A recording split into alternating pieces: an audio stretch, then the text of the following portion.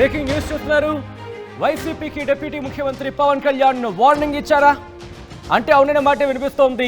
ఆయన చేసిన ట్వీట్ ప్రస్తుతం తెలుగు రాష్ట్రాల మరి ముఖ్యంగా ఆంధ్రప్రదేశ్కి సంబంధించి సంచలనంగా మారింది. కర్మ ఎవరిని విడిచిపెట్టదంటూ సోషల్ మీడియా ఎక్స్లో ఆయన చేసిన ట్వీట్ మీరు చూస్తున్నారు ఆర్టీవీ స్క్రీన్ మీద. ఒకసారి ఆ ట్వీట్ని మీకు చూపించే ప్రయత్నం చేస్తాను. సోషల్ మీడియాలో అసభ్యకర కామెంట్స్ పెట్టే ముందు 100 సార్లు ఆలోచించుకోవాలంటూ ఆయన సూచించారు. ఒకసారి ఆ ట్వీట్ని నేను మీకు చదివినిపించే ప్రయత్నం చేస్తున్నాను. డిప్యూటీ ముఖ్యమంత్రి పవన్ కళ్యాణ్ చేసిన ట్వీట్ ఇప్పుడు ఆంధ్రప్రదేశ్ రాజకీయాల్లో చాలా ఆసక్తికరమైన ఘటనకు దారితీస్తుందనే చెప్పుకోవాలి. ఆయన చేసిన ట్వీట్ ఇంగ్లీష్లో ఒకసారి మీకు చూపించే ప్రయత్నం చేస్తున్నాను. Eventually, karma will catch up. Constructive criticism is healthy for democracy, but not abuses, death threats, and rape threats to any individual, not just political leaders. In democracy, we all can differ on many issues, and expressing dissent should be confined to policy. Don't target families, individuals, cast slurs, attack on one's faiths, their gods and goddesses, and people who are helpless and meek. And just you have muscle power, money power, and criminal gangs that will never intimidate an average citizen of this Bharat. So my request to all criminal gangs and social media abusers of previous regime, think 100 times before you abuse. Karma will catch up. Last ఒక line ఒకసారి చదివితే మనకు క్లియర్గా అర్థమవుతోంది. So my request to all criminal gangs and social media abusers of a previous regime, గత ప్రభుత్వంలో ఉన్న వాళ్లకు సంబంధించి 1కి 10 సార్లు ఆలోచించుకోండి ఎవరినైనా అబ్యూస్ చేసే ముందు అంటూ కూడా ఆయన చెప్పుకొచ్చారు. కర్మ విల్ క్యాచ్ అప్ అంటూ ఆయన చెప్పారు. ఎవరికైనా అంటే మరి ముఖ్యంగా ప్రజాస్వామ్యంలో ఇష్యూస్కి సంబంధించి డిఫర్ అవ్వచ్చు, అంటే ఆ ఇష్యూ బేస్డ్ మీద అభ్యంతరం ఉండొచ్చు, ఎవరి వాదన వాళ్ళది అవ్వచ్చు.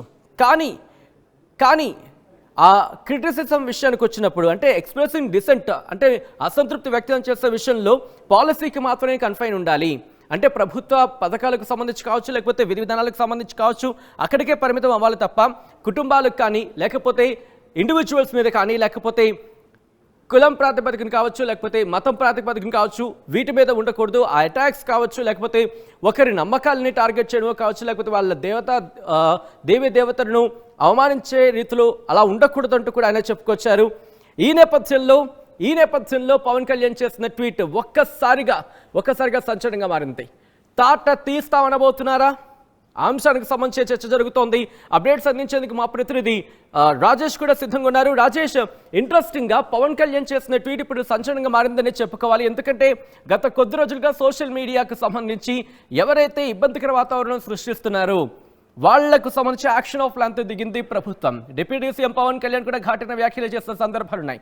రీసెంట్గా జరుగుతున్న పరిణామాలు ఇటు వర రవిచంద్ర కావచ్చు, లేకపోతే సజ్జల భార్గవరెడ్డి అంశానికి సంబంధించి కావచ్చు, లేకపోతే ఇంటూరు కిరణ్కి సంబంధించి కావచ్చు, ఈ డిస్కషన్ జరుగుతున్న నేపథ్యంలోని ఇప్పుడు పవన్ కళ్యాణ్ చేస్తున్న ట్వీట్ ఇంకా ఎటువంటి సిగ్నల్ అనుకోవాలి ప్రభుత్వం నుంచి?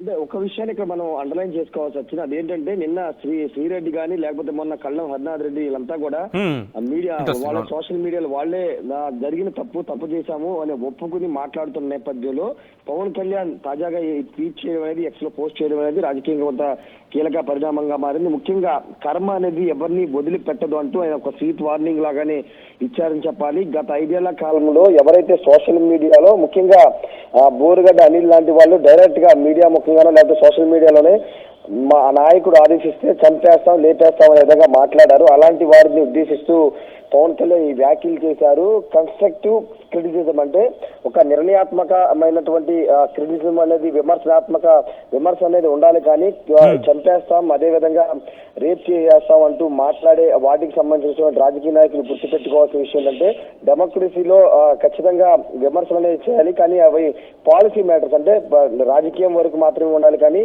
ఎక్కడో కూడా అడ్డు మీరకూడదంటూ ఆయన వ్యాఖ్యలు చేశారు. అంతేకాదు పవరు కానీ అంటే అధికారం, డబ్బు ఇవన్నీ కూడా కండబలం ఇవన్నీ కూడా గ్యాంగ్స్ అనేవి క్రిమినల్ గ్యాంగ్స్ ఉపయోగపడితే వాటిని ఎంకరేజ్ చేసే అవకాశం లేదని చెప్తున్నారు.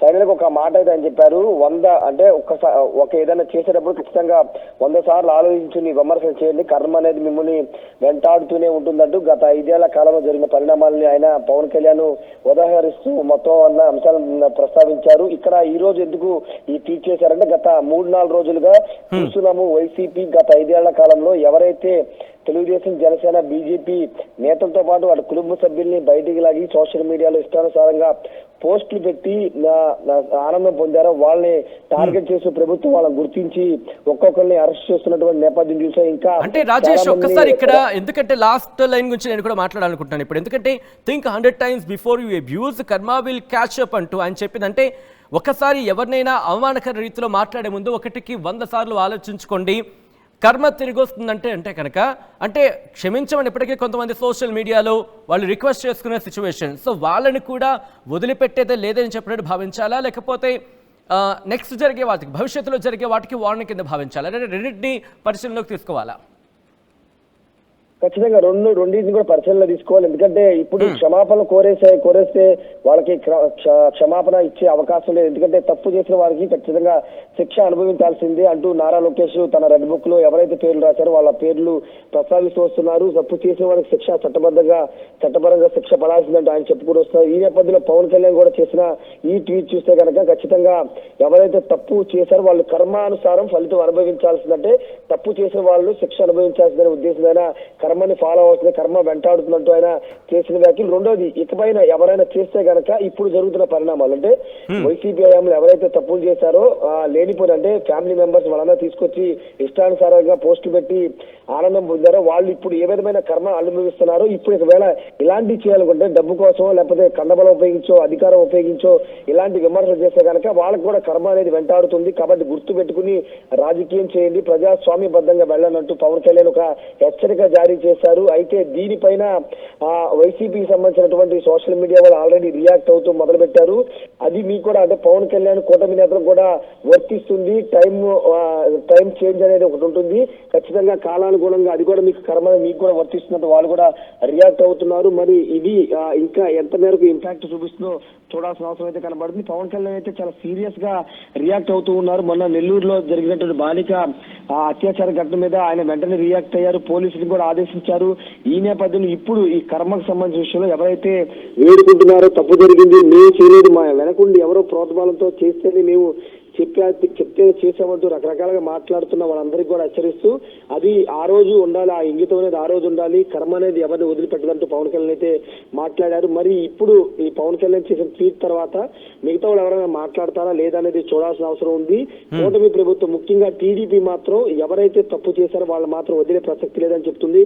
ముఖ్యమంత్రి చంద్రబాబు కూడా పదే ఆయన బహిరంగ సభలో ఒక మాట వాడుతున్నారు. ఆ మాటను మనం ఒక్కసారి అండర్లైన్ చూస్తే కనుక ఇది పొలిటికల్ గవర్నెన్స్ అని చాలా క్లియర్ గా చెప్తున్నారు. పొలిటికల్ గవర్నెన్స్ అనే మాటని పదే ఉపయోగిస్తున్నారు. తప్పు చేసిన వాళ్ళని వదిలేది లేదు, గతంలో ఎవరైతే తప్పు చేసిన వాళ్ళని కూడా వదిలేది అంటూ చాలా స్పష్టంగా చెప్తున్నారు. వరుసగా అరెస్టు జరుగుతూ ఉన్నాయి, చాలా మంది అజ్ఞాతంలోకి వెళ్ళిపోతున్నారు. ముఖ్యంగా వైసీపీ గత 5 ఏళ్ల కాలంగా వైసీపీ సోషల్ మీడియా ఇన్ఛార్జిగా ఉండి ఇష్టానుసారంగా పోస్టులు పెట్టించినటువంటి సజ్జల భార్గవ రెడ్డి నెక్స్ట్ టార్గెట్ కాబోతున్నారు. ఇప్పటికే వర్ర రవీందర్ రెడ్డి అరెస్ట్ చేశారు. ఇంకా శ్రీరెడ్డి లాంటి వాళ్ళు సోషల్ మీడియాలో వాళ్ళు వీడియోలు పెడుతున్నారు. బోరగడ్డ అనిల్ని అరెస్ట్ చేసి ఇంకా చాలా మంది బ్యాక్గ్రౌండ్ లో చాలా మంది ఉన్నారు, వాళ్ళందరూ కూడా బయటికి తీసుకొస్తున్నారు. చట్టపరంగా వాళ్ళు చేసిన తప్పుల్ని చూపిస్తూ ఏం చేశారు, ఎలాంటి పోస్టులు పెట్టారని చూపిస్తూ చట్టపరంగా వాళ్ళ మీద చర్యలకైతే ప్రభుత్వం ఉపక్షమిస్తున్న నేపథ్యంలో ఖచ్చితంగా అలాంటి వాళ్ళు ఇంకా చేయవద్దు, ఒకవేళ చేస్తే ఇలాగే కర్మ మిమ్మల్ని వెంటాడుతుందంటూ పవన్ కళ్యాణ్ ఒక స్వీట్ వార్నింగ్ ఇచ్చారనుకోవాల్సి వచ్చింది. రైట్ రాజేష్, సో మొత్తంగా అయితే మాత్రం వైసీపీకి deputy CM Pawan Kalyan warning ఇచ్చారా అంటే అటువంటి సమాధానం వినిపిస్తోంది ట్వీట్ చేస్తూ ఉంటే. ఇన్ఫాక్ట్ ట్వీట్ చూస్తున్న సందర్భంలో కర్మ ఎవరిని విడిచిపెట్టదంటూ ఆయన ఎక్స్లో పోస్ట్ చేశారు. సోషల్ మీడియాలో అసభ్యకర కామెంట్లు పెట్టే ముందు 1కి 100 సార్లు ఆలోచించుకోవాలంటూ ఆయన సూచించారు. లేకపోతే ఎవరిని విడిచిపెట్టమని పవన్ వార్నింగ్ ఇచ్చారు. నిర్మాణాత్మకమైన విమర్శలు ప్రజాస్వామ్యానికి మంచిది, వ్యక్తులు కుటుంబాలు కులదూషణలు జోలికి వెళ్లొద్దంటూ కూడా చెప్పుకొచ్చారు. శక్తి, డబ్బు, క్రిమినల్ ముఠాలు సగటు పౌరుడిని భయపెట్టలేవు అంటూ కూడా చెప్పుకొచ్చారు ఆ ట్వీట్లో పవన్ కళ్యాణ్.